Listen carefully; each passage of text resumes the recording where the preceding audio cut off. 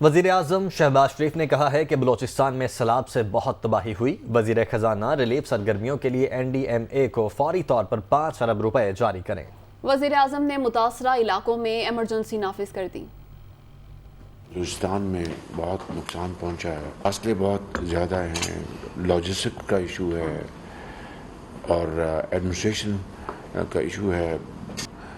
Chief minister PDMA NDMA مل کے کام کر رہے ہیں۔ اگر گیپس ہیں تو ان کو آئیڈینٹیفائی کر کے ان کو فل کیا جائے۔ کمپنسیشن کے لیے بہت ہی امپورٹنٹ ہے کہ جوائنٹ سروے جو ہے وہ ایک لازمی شرط اول ہے۔ اس میں ہمیں فنڈز مہیا کرنے ہوں گے NDMA کو، اور NDMA PDMA چاروں صوبوں میں مل کے کام ان کو کرنا چاہیے اور کرنا ہوگا۔ اس میں قطعاً نہ NDMA کو کریڈٹ لینا چاہیے نہ PDMA کو۔ یہ عوام کی خدمت کا معاملہ ہے اور اس میں مل کے ہمیں کام کرنا ہے۔